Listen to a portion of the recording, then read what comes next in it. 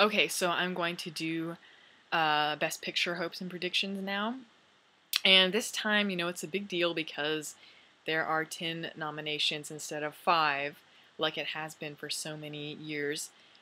And the reason they're doing this pretty much is because last year The Dark Knight did not get a nomination, and a lot of people were kind of angry about that, including myself. I was one of those people who was pretty much infuriated by the fact that it wasn't nominated because I thought there were so many films that, it could have filled the spot of, Benjamin Button or The Reader, but whatever. And they, failed to notice The Dark Knight as anything other than a superhero movie. And that made a lot of people mad.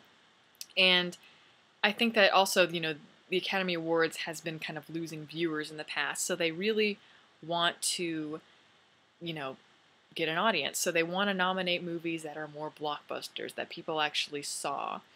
And, so I guess, that's a reason for 10 nominees. But honestly, I think it's a big waste. I think, if they would just pick the right movies in the first place, they wouldn't run into this problem. But, whatever. I pretty much know. There's 10 nominees here, but you pretty much know which ones are going to be the real contenders. But I'll just run through them anyway. We have Avatar, The Blind Side, really does not deserve to be there, at least I don't think. District 9, An Education, The Hurt Locker, Inglourious Basterds, Precious, A Serious Man, Up and Up in the Air.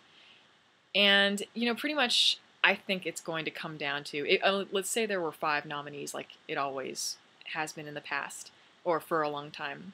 It would be between Avatar, Inglourious Basterds, Precious, Up in the Air, and The Hurt Locker. So those are the movies that you can pretty much kind of consider contenders, I'd say.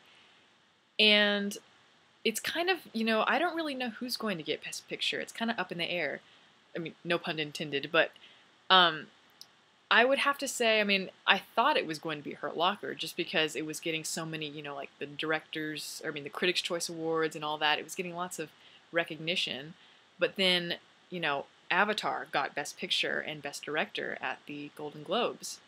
So I was thinking, oh, well, maybe Avatar might get it. And then at the SAG Awards, Inglourious Basterds got Best Acting Ensemble, and you were like, whoa, where did that come from? So, I think it could be one of those 3. It might be up in the air, who knows? Personally, if you can't already tell, my selection would be The Hurt Locker. I think The Hurt Locker is a near masterpiece.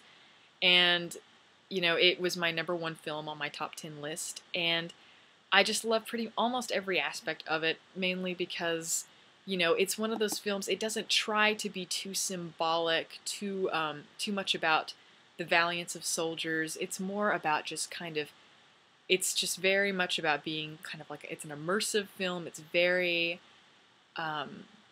you feel like you're there. And what I love about it is the fact that there's nothing, it's a very subtle film. It doesn't try too hard to pull the emotional strings. It just kind of shows war as it is, and you kind of see kind of the mind tricks that it plays on you in ways that, you